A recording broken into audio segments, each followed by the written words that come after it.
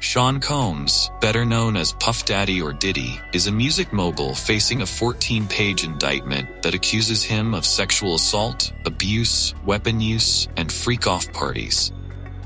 He is currently being held at the Brooklyn Detention Center. Combs is facing charges of conspiracy to engage in illegal activities, sex trafficking by force, fraud or coercion, and transportation for the purpose of prostitution. As we previously discussed, he could face a sentence of 15 years to life in prison. However, the primary focus today is the freak-off allegations. What exactly are these freak-off parties? We will dive deep into the details and dissect everything in today's video. Welcome back to Vane True Crime Cases. If you like our case presentation, comment with number 1. If not, give the video a like. Before we delve into the heart of the matter, the Vane True Crime Cases team wants to express our sincere gratitude for your presence. Please support us by subscribing to our channel, giving us the motivation to bring you more captivating cases from around the world. Now, let's join the freak-off party with Diddy. As we established in the previous video, Diddy, a rap mogul born in 1969, grew up in a challenging environment in Harlem, New York City. Through sheer determination to change his life, he now sits atop the pinnacle of his career. At 54, he possesses everything this world has to offer, beyond anyone's wildest dreams. He is renowned as a talented producer, accomplished actor, successful entrepreneur, and rapper. Diddy is a Grammy Award winner, but he is currently incarcerated at the Brooklyn Detention Center. He is facing charges of conspiracy to engage in illegal activities, sex trafficking by force, fraud or coercion, and transportation for the purpose of prostitution. He could potentially face a sentence of 15 years to life in prison. Let's examine the events leading to Diddy's arrest after decades of indulgence in lavish parties. In November 2023, his ex-girlfriend, Cassie Ventura, accused him of abuse, exploitation, and forcing her to fulfill his perverse demands, which included drug use. However, he settled this case within 24 hours and denied any involvement in all the allegations. This was followed by a series of accusations from others directly related to his criminal activities, as we just covered. With these numerous accusations and a comprehensive investigation, he was officially arrested in September. Upon his arrival at the police station and facing the court, he was confronted with a highly detailed indictment. Now, let's delve into the shocking details surrounding the bizarre freak-off parties hosted by Combs. Before we dive into the shocking details of these parties, we need to understand what these bizarre events are and why they are included in the 14-page indictment. The 14-page indictment quotes, "Combs and members, as well as associates of Combs Enterprises, used their power and prestige to intimidate, threaten, and lure female victims into a semblance of a romantic relationship. Diddy then used force, threats of force, and coercion to compel these victims to participate in sexual acts he labeled as freak-offs. Freak-offs are elaborate sexual performances that he orchestrated, directed, gratified himself in, and often recorded electronically. This term frequently appears in the accusations of Cassandra Ventura, Combs' ex-girlfriend, and in the lawsuit of Rodney Little Rod Jones, Combs' former producer, both of whom have discussed freak-offs in their sexual assault lawsuits. Recently, Ventura alleged that Diddy Combs demanded her participation in these freak-offs, and that whenever he requested it, she was forced to engage in these sick acts with male escorts. It's incredibly shocking and unimaginable, right? Additionally, Jones accused Diddy's son, Justin Combs, and DJ Stevie J of participating in these freak-off activities. Furthermore, Jones claimed that Diddy drugged him and then coerced him into engaging in bizarre acts, including having sex with prostitutes. Freak-off is a rather ambiguous term, literally meaning panic, but in the context of the accusations against Diddy Combs, it has become a crucial element in the criminal case. Previously confined to accusation letters, it is now a globally viral term. You can encounter it everywhere when Diddy Combs is mentioned. While we don't know the exact identities of his accusers, we've heard two names, Ventura and Jones. It's possible that either Ventura or Jones or both accused Diddy Combs. Additionally, the identities of the victims in this criminal case remain unknown. However, something we can deduce, and even I can speculate, is that after his ex-girlfriend's initial accusation, Diddy came under the scrutiny of the government, who initiated a thorough investigation. Numerous witnesses have testified that these freak-off events occurred, and their existence is even more terrifying and horrific. Freak-off seems to be Diddy's catchphrase, with witnesses stating he frequently says, "Welcome to the freak-off." To gain a deeper understanding of this term, considered Combs' unspoken rule, let's examine the indictment statements from witnesses. Based on their testimonies, they describe Combs distributing various psychoactive substances to his victims, ensuring their obedience to his every command.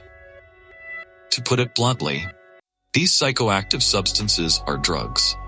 Through their use, he easily manipulated those participating in his debauched parties. Furthermore, Diddy Combs occasionally recorded videos of himself and the victims engaging in sexual acts with individuals involved in the sex industry. Following the freak-off phase, Diddy and the victims often received a specific concoction to aid in their recovery from their frantic indulgences and drug use. Essentially, these freak-off events have occurred since 2009, and the substances used for their depravity and corruption included ketamine, GHB, and ecstasy. These drugs induce extreme excitement, disrupt the nervous system, and leave individuals incapable of coherent thought.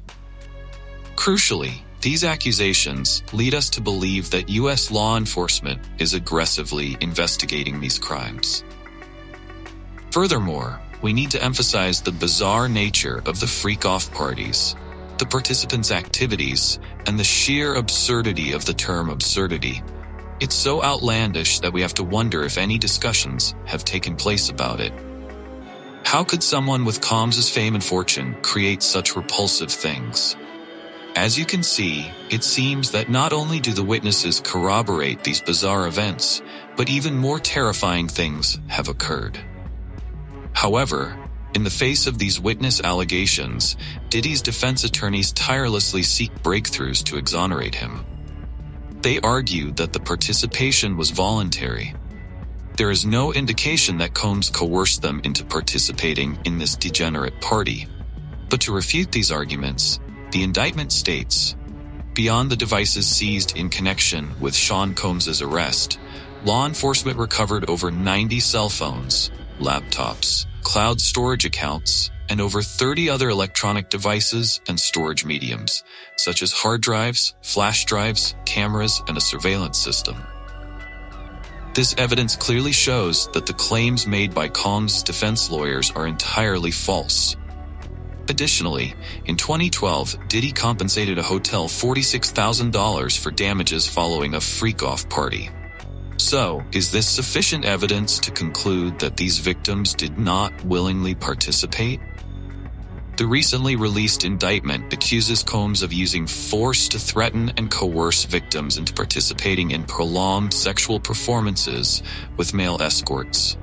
One victim was allegedly transported and trafficked to other states for the depraved pleasures of these disgusting individuals. When Diddy didn't get what he wanted, he used violence to inflict physical, mental, and verbal abuse, forcing them to participate in the freak-offs. In fact, Combs has been known to punch, kick, throw objects at, and pull victims by the hair. Most notably, CNN recently released a video from March 2016 where he physically assaulted a victim at a Los Angeles hotel as she attempted to flee. He even threw a vase at her. The severity of his abuse in that instance left the victim with injuries that took several days to heal. As we mentioned in the previous video, this is reportedly Ventura, who filed a very aggressive lawsuit against Diddy. Beyond violence, the indictment also accuses him of using the explicit videos he recorded during the freak-offs to threaten and coerce victims into participating in his sexual games. This is completely illegal. To clarify, let's meticulously analyze the details of the incident where he assaulted Cassandra Ventura in 2016. It's important to note that a hotel security guard attempted to intervene after Ventura was attacked. Diddy tried to bribe the security guard with a wad of cash to hush things up and ensure the incident remained undisclosed. However, the security guard refused his bribe. Subsequently, Diddy and his security team prevented the matter from becoming public knowledge. Within days of the incident, the surveillance footage disappeared from the hotel's server. Continuing with further details about the freak-off parties from the 14-page indictment and news reports, we learn that these bizarre events were frequent, sometimes lasting for days, and often involved numerous prostitutes. During an interview, Diddy boasted about hosting parties with Justin Bieber for a continuous 48 hours. For the moment, let's set aside his violent, coercive, and threatening behavior, along with the actions of his members, associates, security personnel, household staff, personal assistants. Let's analyze a small detail mentioned in the indictment. They meticulously planned and prepared for the freak-offs by stockpiling numerous items. These included psychoactive stimulants, such as ecstasy and other substances mentioned earlier, along with baby oil, lubricants, bed linens, and lighting. These items transformed the hotels they visited into nothing short of brothels. Here, they could freely indulge in debauchery, sex, and drug use. In March 2024, during searches of Combs's residences in Miami, Florida, and Los Angeles, California, law enforcement seized various items used for the freak-offs, including drugs and over 1,000 bottles of baby oil and lubricant. Do you feel the same way I do when I read that police seized over 1,000 bottles of baby oil and lubricant? I exclaimed, "What in the world is going on?" This is a number you can imagine as a combination of numerous large and small stores. It's comparable to the production output of a factory assembly line in a single day. You can also imagine the amount of space needed to store that quantity. So, with such concrete evidence, what justification can Diddy's lawyers offer? I doubt they'll be able to find anything besides claiming that their client may have attended the white party, but others voluntarily participated, so their client didn't break any laws. It's ridiculous if they can argue that using drugs is legal. If that's the case, there would be nothing illegal in the world. Would you agree? On the government side, they have interviewed over 50 victims and witnesses. Many of these individuals witnessed or experienced abuse at the hands of the defendant. Numerous witnesses confirmed each other's accounts, and their testimonies are consistent with other evidence seized by law enforcement. Furthermore, based on factual information, the government predicts this number will continue to increase as the investigation unfolds publicly and continues. Beyond the accusations of Ventura and Jones, numerous victims have filed lawsuits in New York courts, reinforcing the evidence of Diddy's involvement in prostitution, sexual assault, violence against women, and ecstasy use. One escort mentioned an incident involving Diddy and his associates transporting prostitutes to other states. The unnamed man stated that Diddy had flown him from Atlanta to Miami for a freak-off last year. The escort's name was not publicly disclosed, but according to TMZ, he spoke with federal prosecutors in New York on September 25th. He shared critical information with the prosecutors about this freak-off. He stated that it occurred in May 2023 and involved him, Diddy, and another woman. The escort said he had sex with the woman, while Diddy watched and recorded the sexual encounter. Diddy later gave him a copy of this video, which is the same one in the possession of federal prosecutors. In reality, Diddy is known for these parties, which he himself described to Oprah, an American TV host, in 2006. He wanted to eliminate everyone's image and place them all on the same level. Therefore, all celebrity guests were required to wear white. Children were also invited to the parties, but only for a short period. Their parents were given about an hour's notice when the kids were supposed to leave and the real party would begin. There are allegations that at these adult-only parties, there were illegal drugs like cocaine and ecstasy, prostitutes and male escorts, and other illegal activities. The parties were mainly held at Diddy's 4,500 square foot mansion in the Hamptons. He sold the house in 2020 for $4.7 million. Later, Diddy moved the parties to Beverly Hills and even hosted them with Ashton Kutcher, a famous actor and producer. The last white party was held in 2009. The final detail prosecutors included in the 14-page indictment and in a second letter sent to the court requesting Combs's bail revocation is that you might not know Combs's initial bail request was rejected. Undeterred, the former rapper appealed the ruling to a district court judge who is now tasked with revisiting the matter. The government has doubled down on its investigation to highlight Diddy's level of danger. They also want everyone to know that the veteran rapper is not as trustworthy as he appears.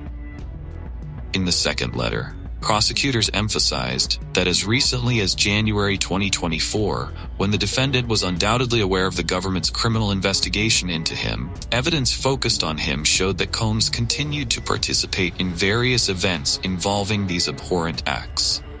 These parties have not stopped or ended, they persist.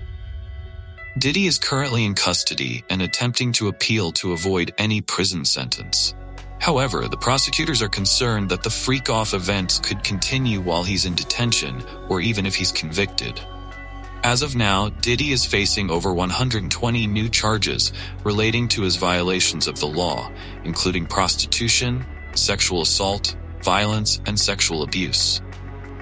We invite you to join us in the next video for a detailed explanation of these latest 120 charges.